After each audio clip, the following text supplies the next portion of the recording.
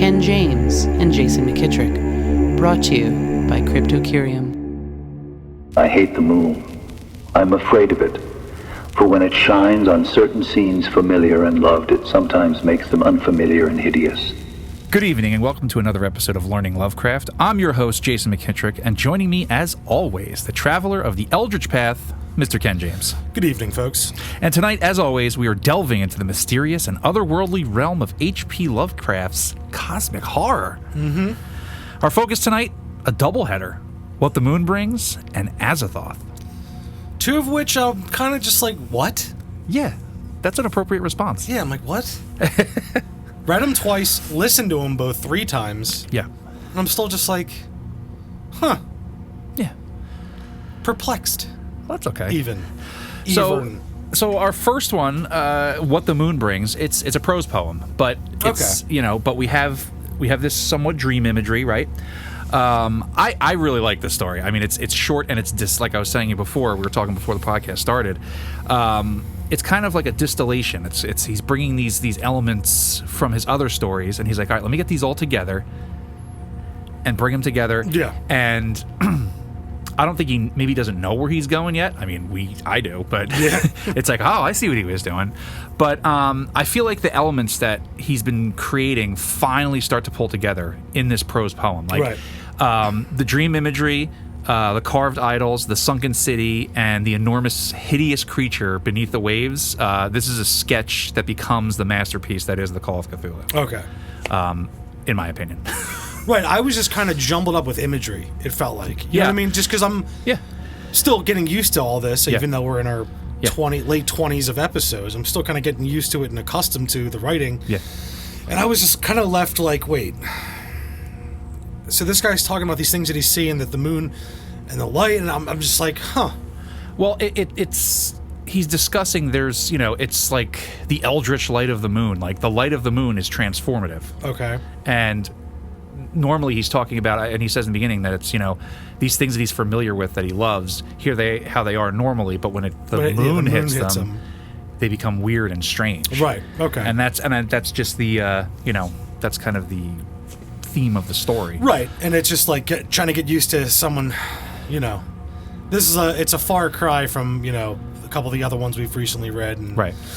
The dream imagery, I don't know if this is, I'm not going to say dream imagery, but the imagery of it, wholly different than Reanimator and other ones. So diving back into something like this now, and it's not so much as Hypnos is kind of getting there, but it still had that same flavor of like the story that we were at. Like it was like told in that, like I was saying in the last one, like kind of haunted housey vibe, and like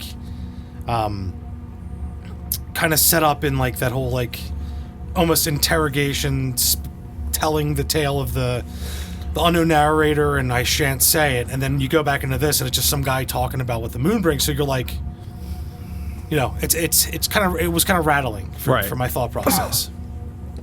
Well,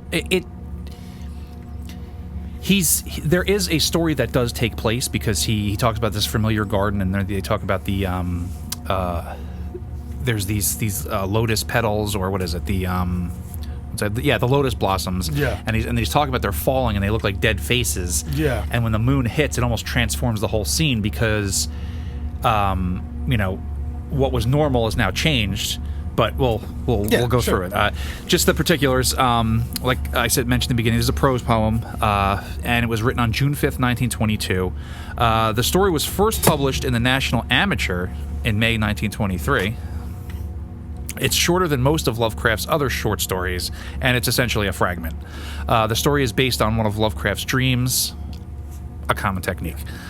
So once again, we have an unnamed narrator, like you said, and it describes this surreal dreamscape. The narrator wanders through his garden one evening, and in the moonlight witnesses all these weird sights, right?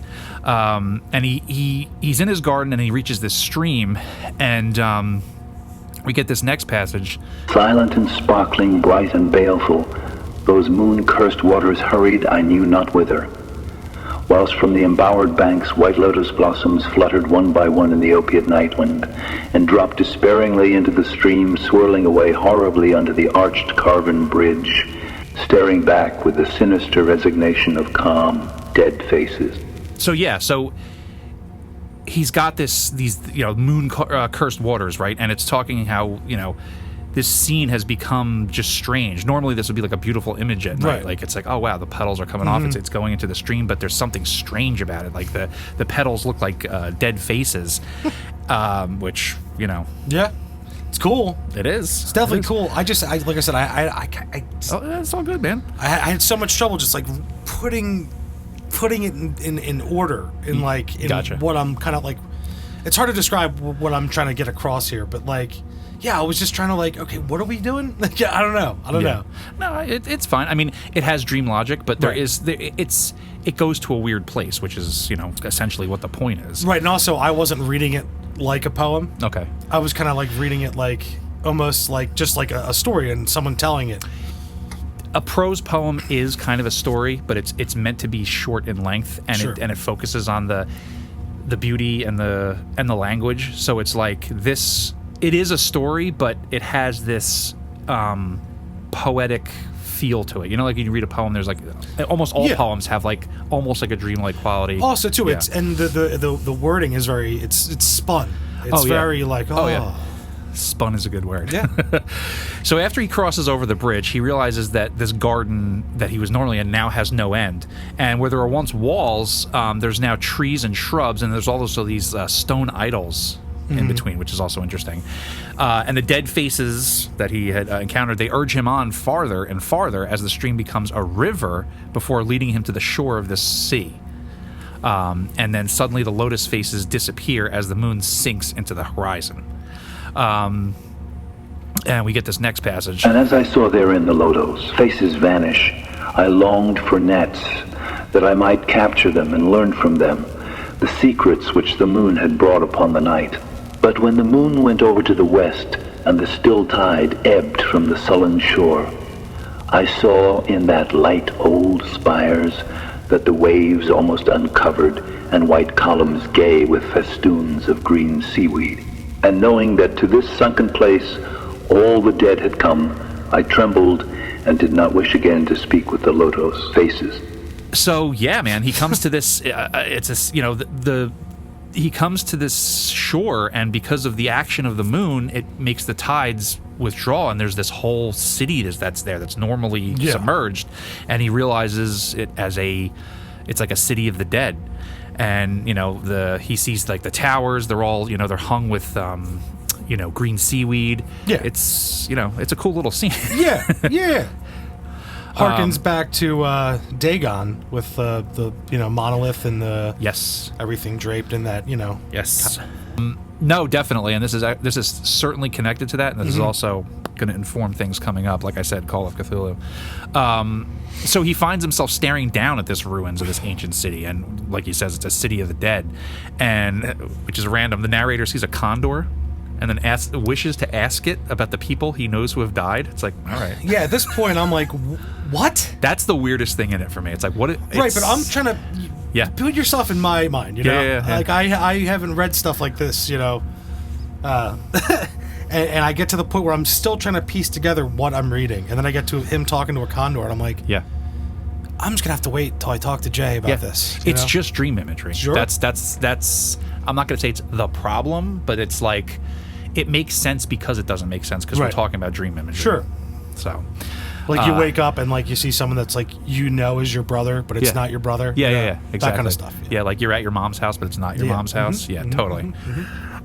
So he watches the sea for a while, and he observes these weird ripples, and then he thinks that it's sea worms underneath, which is strange. Lovecraft was terrified of the ocean. He had to have been. Samesies. Me too. I'm not going in there. Yeah, no. No, thank you. And I think he even describes at the one point that it's like when it pulls back, that disgusting smell, and that's why he puts it together with that it could be a city of the dead, because when the tide recedes, it's disgusting. It stinks, and it's just like it is the smell of death, basically. Right, and when you on that part of 95 when you cross over into the bay and you're like, oh, nice. Yeah, you know what I'm talking about? I do. Yeah. Ew. That smell haunted me for years. much the like of H.P. Lovecraft. That's where me and him are connected the most. The hatred of the sea? Well, the smell that haunts us. Oh, okay. Yeah, we're like, oh, that's the bay. That's dead. Gross ickiness. Our first t-shirts, The Smell Haunts Us, Yeah. Learning Lovecraft podcast. Yeah, I love it. I love it too. So suddenly he feels a chill and notices something far off beneath the waves. Nor had my flesh trembled without cause. For when I raised my eyes, I saw that the waters had ebbed very low, shewing much of the vast reef whose rim I had seen before. And when I saw that this reef was but the black basalt crown of a shocking icon, whose monstrous forehead now shone in the dim moonlight, and whose vile hooves must paw the hellish ooze miles below, I shrieked and shrieked, lest the hidden face rise above the waters, and lest the hidden eyes look at me after the slinking away of that leering and treacherous yellow moon. So there's a giant monster now. Yeah. And this reef was just the crown that was on his forehead. Right, and he just shrieks and shrieks and shrieks. Yeah. Yeah. Wouldn't you? I mean, yeah, if you're over there like, oh, yeah, that's the reef, and you look down, you're like, what the fuck? Even if you were just anywhere, you see a giant monster, you're going to shriek and shriek and shriek. Yeah, giant monsters. I mean, I'd be like, yeah, awesome, and then I'd freak out. If you were, if you were far away. Far away, yeah. If you're up close, I don't think you're going to have time to go, yes. I think I'd have a split second of like, A split yes. second? Okay, I'll give you a split Just a second. little. Yeah, one little fist pump. Yeah. I'll give you that. Yeah. But in reality, And then mind-shattering madness Yeah, that's it. gives way Looney Tunes. into, lunatic screams. Yeah. I mean, and that would kind of be cool on its own. Right. I'm trying to picture what this monster is. Well, it doesn't give us much. So we get, right, like he says, the reef was but the black basalt crown, so it's like black stone, of the shocking icon. That just means image. Yeah. Whose monstrous forehead now shown in the dim forelight. So, like, all we're seeing really is, like, there's some kind of... He does mention hooves, though. Crown, yeah. And we get this forehead, and then we don't get much more description other than, and whose vile hooves must paw the hellish ooze miles below. So I don't know if he sees the hooves. Right, he's just assuming. He's just assuming, but it's They this... must. Yeah, so he's seeing this thing that he thought was a reef. That's just the crown. And he likes to play with this size. Yeah. Like, it's, we get, just like in Dagon. Yeah. Oh, look at this huge pillar that they come upon. And then he, the Yeah. creature comes out, Dagon comes out and grabs it. It's Yeah, I have that phobia. giant things in the Yeah. water. Well, that's, submechanophobia, giant Yeah. robots in the water. Oh, yeah. Also, just giant things that shouldn't be that big. Yeah. Like, even, like, giant statues. Like, if I see them online, I'm like, whoa! No! I don't like things the submechanophobia, same. Yeah, it sucks. Sucks hard. Sucks hard. Sucks hard as hell, man. So like you said, he sees this and he just loses it, shrieks Yeah, and shrieks. yeah. And it's because the face is still hidden, so he's only seeing this, right? And he doesn't want to see that face rise above because he can't handle it. Yeah, that's okay. the thing that's going to kill him with terror. Yeah. And he doesn't want those hidden eyes looking at him. No. And then fleeing from this thing, he swims towards the sunken city. So he says, quote, I plunged gladly and unhesitantly into the stinking shallows where amidst weedy walls and sunken streets, fat sea worms feast upon the world's dead. More sea worms, man. Yeah. He can't stand like sea creatures in the muck. Yeah, Just like, they're gross. Yeah, just yeah. disgusting. That sound, that squishy, gross sound. Yeah, and there's something about that. Like, he must have stood at a pier or somewhere by the ocean as a kid, or somewhere in his life, and like looked down and was like, He probably got too close one time and fell in. and maybe saw something in there. Like, Yeah, ugh. and then fell in. Yeah. and was like, "It's in here," Yeah, and it brushed against his leg. Like, ew. Yeah. And then he was like, Yeah, and he's like, yeah, oh, something red against my leg. Yeah. It's like, get up here, Howard. Yeah.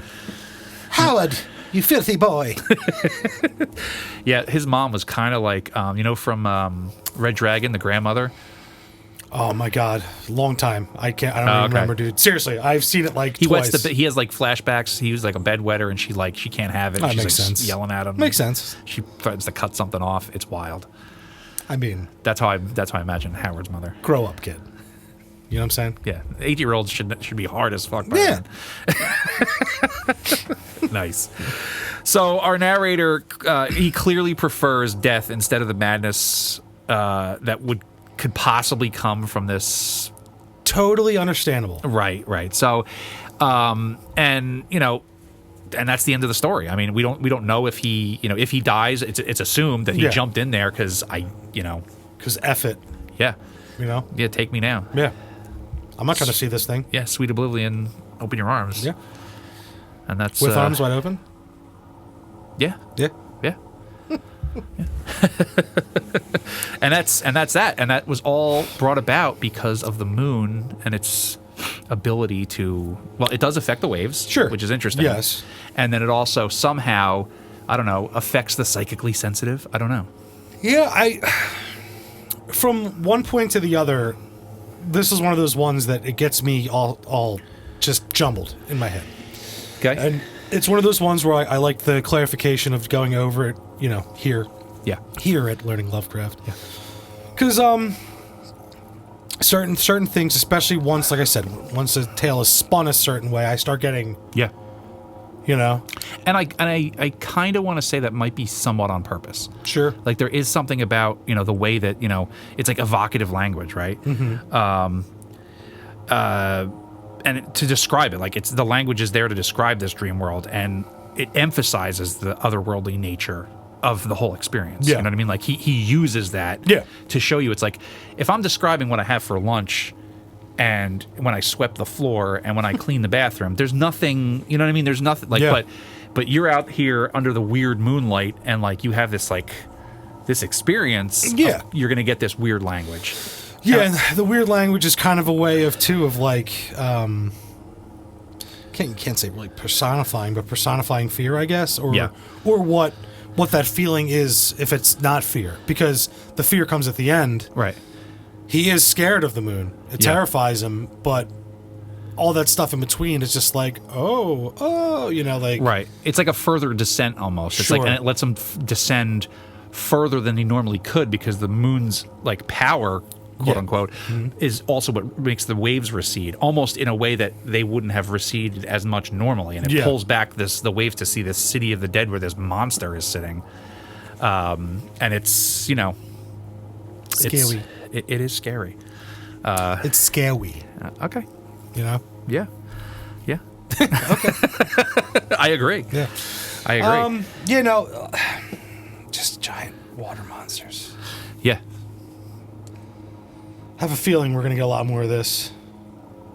I know we're getting a lot more of this today. Yeah, and this isn't even this is just a little bit. What does he call them? He calls them like the fish breed. Something like that. Something like that. It's wild. He gets wild. He does. Howard does get wild. Howard gets wild. He's been known to get a little wild. And this one, like I said, it was more of one of the ones I needed clarification on certain things, and that's why I'm here to learn. Yeah. And no, this is I think this is like a prime example of like Lovecraft's ability to evoke like a sense of cosmic horror by tapping into that fear of the unknown. Because like you just go further and further. It's like, oh, this wasn't here before. Oh, here's a sunken city. Oh wait, now I can see to the bottom. Oh fuck, there's a giant monster down there. You know what? I'd rather just be dead. Yeah, and all because of that bastard moon. Yeah, that bastard moon. Yeah, because what it gives you that what are the limits of human understanding? Like, because we're gonna go into this. Like, there's only so much a human consciousness can handle. Yeah. And he's playing with that, and that's why I said this is the sketch that becomes the Call of Cthulhu. And he's going to take other elements as well, but this is like, I feel like he was like, all right, I'm going to take all this stuff from all these previous stories. Here's the good stuff. I want to save this stuff, and I feel like he's gonna. It's a nice mucky, muddy ball. Yeah, with worms. With worms that you could throw at people. Yeah. That would be his power move, I guess. I think I know who's playing this character here. Oh. And wandering like this, like with that confused look, that like, you know what I mean? The super surprised face. It's Paul Rudd. Ooh. Meandering in like 19th century garb. garb. But like doing that face that he does when he's like when he first sees the ghost trap, That'd be fun. I think it would. I ended up looking up at the perfect time. I thought Paul Giamatti. Oof. Because he could just get more and more like he starts out like, what is all up here, the eyes and the eyebrow, just the whole, and by the end he just you are the motherfucker. fucking Antichrist. That's what by the end. Yeah, you could also do Joaquin Phoenix. Interesting. And not like the Joker, not like... No. I'm talking, 8mm, younger. Okay. Not so out there, Yeah. Just straight up vibes. Okay. His straight up, vibe that he used to have. Okay. I could go with that. Those are just a couple of suggestions. No, I like it. Yeah, but that's what this is. I think it's, like I said, it's like he has these elements and he put it together and he's like, it's concentrated, it's not meant to, it's almost like this wasn't meant for like a story. Even though it was published, this is like he's got all the good shit that's in there. Right, and I'm sure the more I go back and the more it sits with me, I'm sure the more I'll appreciate it. Yeah. But as we do things here, it's like, okay, read it beforehand, Right. Let's talk about it when it's fresh. Yeah. So I'm sure this one will grow on me more. Yeah. It's not that I don't like it. I'm just like, wait, what? Yeah. No, and I think it also I don't want to say perfectly, but it gives you that descent into madness, which is really cool. It's quick because it's a short story, but it starts off with, oh, my wonderful garden. Wait a minute. I don't remember it going this far. Yeah. And then just... Yeah, the moon shows you that trail into the madness. Yeah. Well, It is a giant sea creature. It is a giant sea creature, and we're all terrified. Okay, so on to our next story, Azathoth. Mm-hmm. We get this opening passage. When age fell upon the world, and wonder went out of the minds of men, when gray cities reared to smoky skies, tall towers grim and ugly, in whose shadow none might dream of the sun or of spring's flowering meads, when learning stripped earth of her mantle of beauty, and poets sang no more save of twisted phantoms seen with bleared and inward-looking eyes. When these things had come to pass and childish hopes had gone away forever, there was a man who traveled out of life on a quest into the spaces whither the world's dreams had fled. Whew, that's one sentence. Yeah, someone's afraid of getting old. Afraid of getting old, but also afraid of society and how and how binding it is, and how he mentions in the story in a little bit that it's it keeps people from seeing the stars, and to certain people that's going to really affect them. Yeah. Right. Yeah. But this is you read this opening paragraph. I mean, this is an apocalyptic vision, right? A dreamer. He's a stargazer. He wishes to be whisked away to a place where beauty still reigns. And we've been here before with this kind of stuff, right? Yes, we have. And it's, I also think it's the same kind of exercise. I feel that this is like an exercise for Lovecraft to he's like, does this stuff still work? Okay. In my opinion. This is more of a fragment than the other, because this is more fragmentary. It's even shorter than what the moon brings. And now the title, which we don't get, we don't get any clarification on that. It's just called Azathoth.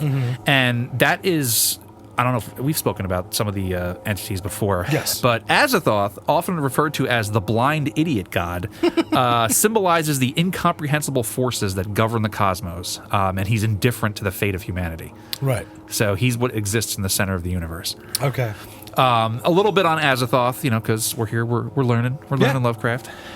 As best I can. We're living and growing. So the first recorded mention of the name Azathoth was in a note Lovecraft wrote to himself in 1919 that simply read, Azathoth, hideous name. All right, so he probably saw it somewhere. Yeah.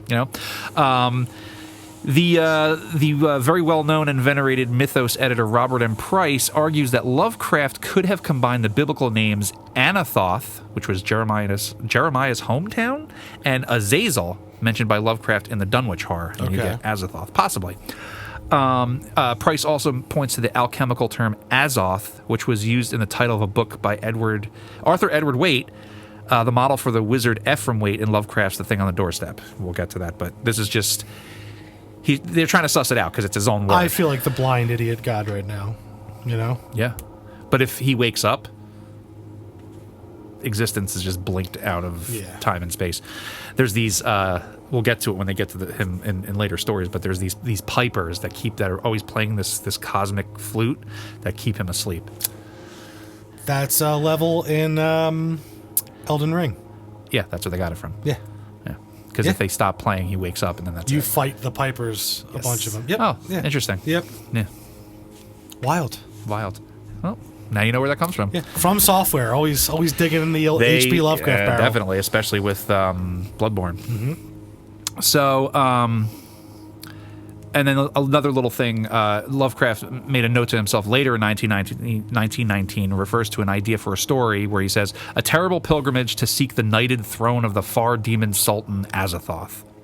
So you get that. yeah, you get that. So I'm just giving you a framework of what Azathoth is, because he just throws it at us. If you were to read this, Azathoth, okay, and then there's this, it's like, okay. I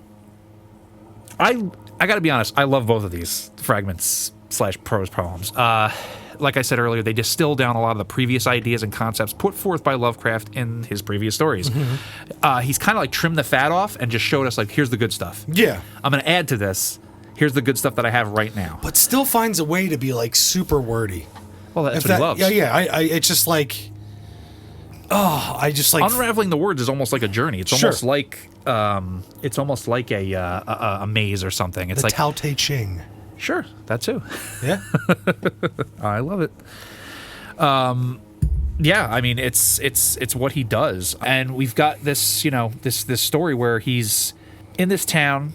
He works during the day. He hates it, right? Mm-hmm. But at the end of the day, he comes back to this little courtyard, right, where there's other, windows, and he can see other people doing the same thing, just staring like, ugh. Yeah.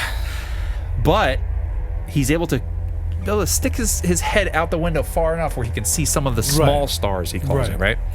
And as time goes on, it becomes his ritual at night. He goes out, he sticks his head out, looks out, he starts naming them. He can even predict which ones are going to come next. Yeah. And then one night, this rift opens, right? And he says that, the cosmos come down to him, and he's able to, they say it's not physically, but mentally he's able to go through. Right. So this is where I started going, okay, this is more dream logic stuff. Or tapping into it, the Polaris, I'm here but also there kind of thing. Yeah. There we go, buddy. Yeah, no sleep. Still trying to be sharp here, gang. Were you being haunted by stars or all night? Azathoth, possibly? Probably. That's probably what happened. You needed the flute players to help you sleep. Yes. There will be no flute players tonight when I get home. I'll tell you that.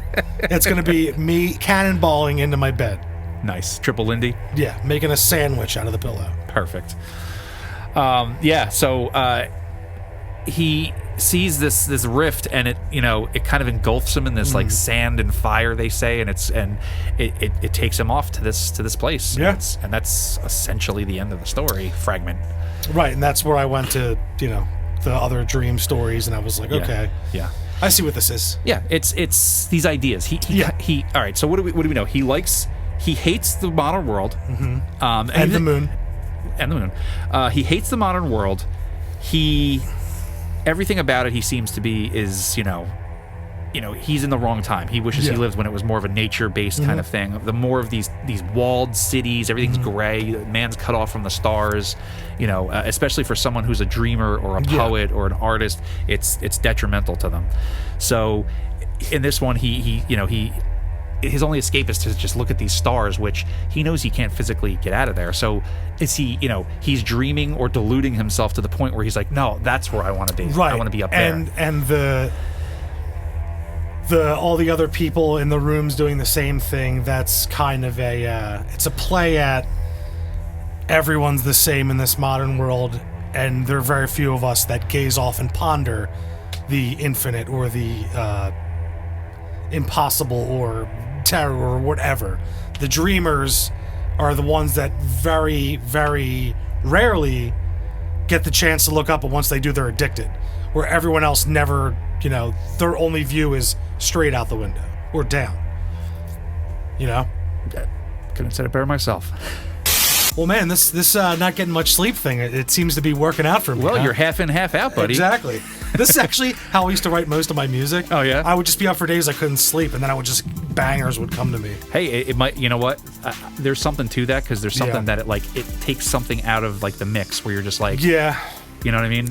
But I'm too old for this now, man. I get, I'm like, That's my dream. I'm gazing up and I just see my bed, you know? Right. Just sleep on its own. You don't want to. You don't want to journey. You just want to be off. Yeah, yeah. Off I want to just for 8 to 12 hours. Yeah. It's coming. It's coming. Oh yeah, I'm glad, buddy. But yeah, man, this was these two. Obviously you could see why we put them together. They're two fragmentary. They're also related, and they were written very close to each other. And I feel that like these two are gonna inform stories going forward. And I just I like them, man. They show you what he likes, what he's really into. It distills down the things that Howard is thinking about a lot. And it's dreams, monsters, dream realms where everything's perfect with flowers and perfume. Yeah. Well, there's something I'm kind of picking up on here, especially with him, like, I hate the moon and what the moon shows, what the moon brings. Right. Now, the moon, it's almost terrestrial because it's so close and it's here every night. Right. But those stars that are far away, they seem like that their hope or betterment. Whereas the thing that's so close, that thing that's repetitive, is the scary thing where it shows the evil. Right. So it's like almost like I don't want to say one's good or bad, but it seems like once again anything that's close or anything that's kind of describable, is bad or is he could do without or he hates it. Whereas that dream, that far out thing, or that, here and there at the same time inside yourself, I guess, that's his comfort zone. Right. Is the far away. The far, and maybe that's a comfort to him because it's not here and he doesn't have to worry about the trappings of it or how he can get his hands on it because he can't. Right. It's completely removed from mankind. Right. It's not the moon that's right here that just, Right. So that's one little thing I picked up in the contrast of these two stories. No, that's a great take. I like it. I remembered, and you played the game, but I didn't. But so in the game Bloodborne, there's the moon presence that you fight at the end. Yeah, that's the final boss. You have to do a bunch of stuff to get to. Right. Bro's wild. Yeah, and I when I was doing the story, I was looking it up. I was like, I wonder if that was informed by this because he talks about the flowers and where you fight it in a beautiful place in the moonlight, but it's beautiful, but also because you're fighting this creature, it also becomes evil in a way. Yes. And I was like, they must have. They're referencing this specifically. Yeah. And I just thought that was really cool because it definitely is, and it was a wild fight. Yeah. Like that. Don't you have to collect umbilical cords of old ones or something to fight it? Yeah, you have to collect a bunch of stuff. That's a wild game, dude. Man. They're all wild. They all have stuff like that in them. It's nuts. Yeah. It's all absolutely nuts. Yeah. Just like this. Right.